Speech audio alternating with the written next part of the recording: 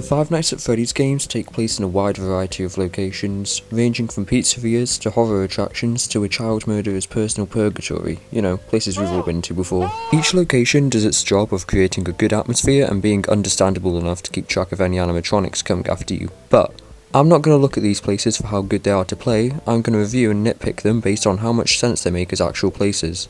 Aren't I just the life of the party? Was that the bite of 87? Keep in mind, if I complain about the map of a specific game, that doesn't mean I don't like that game. This is all just for the sake of discussion.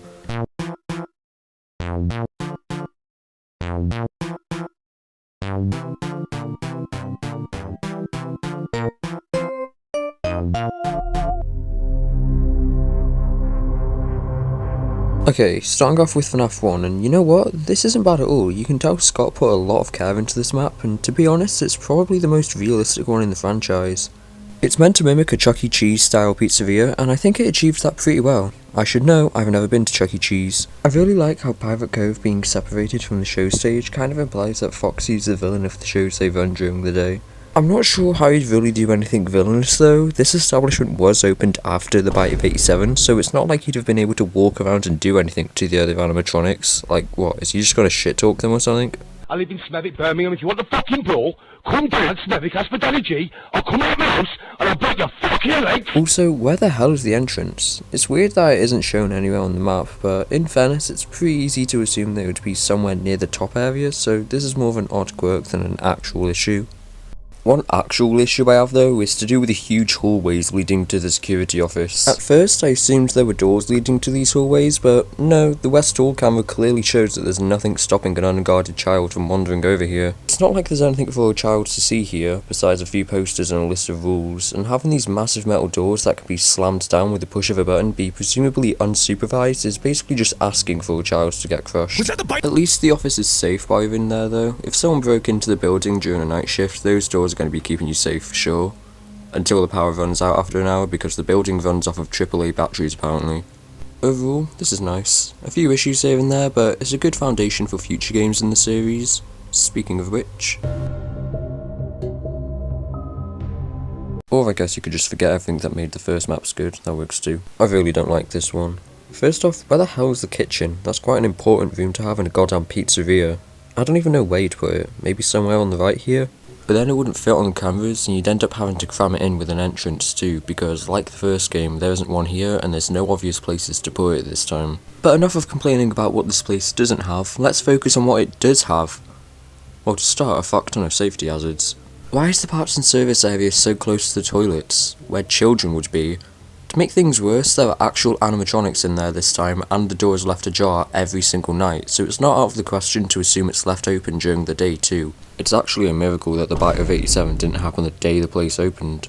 Now here's the worst area of the map. Why are these party rooms in between parts and service and the security office, and why do party rooms 1 and 2 have these enormous vents in the middle of them?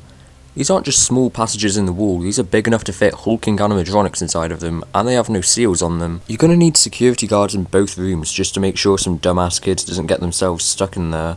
And then there's the security office. Ironically, this is probably the least secure room in the entire fucking building. 3 whole entry points for robbers and animatronics to come at you from, and your only line of defense is an empty Freddy head and a flashlight that can't even reach the end of the main hallway. Safest place on earth, yeah, keep telling yourself that. So, FNAF 2 map. Boo. This is my least favourite one in the series, but hey, the only music can get better from here. Speaking of getting better, I actually really like this one. Taking place in a literal horror attraction means it has a pretty simple layout for the sake of making sure customers are able to navigate it without much trouble. That's not a bad thing at all though. I'd rather have simplicity than this shit. Customers will start at the top and then make their way through the building until they reach the office and exit, meaning yes, there are actually visible entrances and exits on this map. The big vents are back too, but they actually work well in this context. It would make sense for them to be able to fit people inside, because then workers could jump out of them and scare customers. That being said though, the ventilation in this place is actually kind of shocking. I'm not saying the building needs to have clean, pristine air 100% of the time, but I also shouldn't be blacking out and hallucinating multiple times in a single hour. That's gotta be one hell of a safety hazard. Also, I know Springtrap was a last minute addition to the place, but what were they planning to have him do? He couldn't have just been meant for display, he was moving all around the place, but he also couldn't have been meant to walk around either. The whole appeal of the attraction was that it was based on pizzerias that were plagued by child murder and violent robots. I can forgive that though. This is a game after all, so you'd need to fit in an animatronic somewhere, otherwise it just becomes a spooky 9-to-5 simulator. The office isn't too bad this time. Sure, you can't actually see shit on the cameras, but they fit the style of the attraction pretty well. And the idea of playing audio in different rooms to creep out customers is really cool. The office could also double up as something for people to play around with once they reach the end of their tour, so it's understandable that there aren't any drastic defensive tools here. It does lead back into the issue of the security office not being secure though. I mean, this time there's literally a door right next to the office. What are you going to do if someone breaks in through there? Whatever though, there are bigger issues to focus on, such as the faulty wiring being a fire hazard. Like, the attraction opens in like a week, so we have to make sure everything works and nothing catches on fire. Well, but yeah, this is actually really good in my opinion, definitely one of my favourites. This one's weird. This is around the time the books began to come out, so they might clarify some confusion I have about this house, but I don't really plan on reading them, so if you have any explanations, let me know. Starting with the obvious, why are there two doors to this bedroom? I get it's meant to be a cute parallel with the original game, with Bonnie coming from the left and Chica coming from the right, but as an actual house layout, it's kind of dumb. Also, there are no windows in this room, although I won't complain too much because it would be weird to have a window right above the bed, but you also can't put any on these walls because they just lead into the hallways. The double hallways are the root of all things evil in this house. At least the kitchen is back. You can't see it, but Chica can be heard clanging around in there. Yeah, this creepy ass house from 1983 has one, but not the high-tech pizzeria from 1987. Isn't that fun?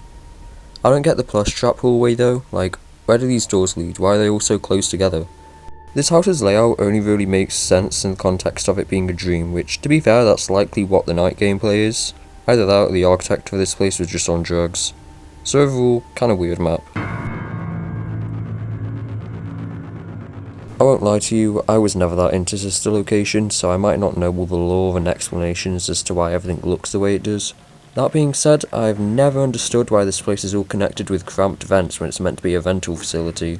How are you meant to transport these animatronics? Is there some other exit to the place that I'm not aware of? Everything else is fine, I guess. I can't really judge the layout considering it's not meant to be a normal place. I mean, it was made by a mad scientist child murderer, so normality probably isn't in the cards here. That's all I can really say about this one. It's meant to hold animatronics while they wait to be rented out, and it does that pretty well, I guess. Good job, William. And yeah, that's pretty much everything I want to go over.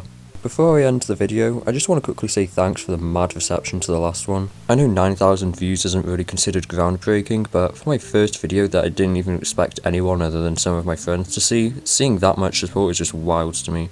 Look at this, I can barely fit all the positive comments on the damn screen. Oh right, yeah, I need to close out this video with a joke. Something bite of 87, alright, well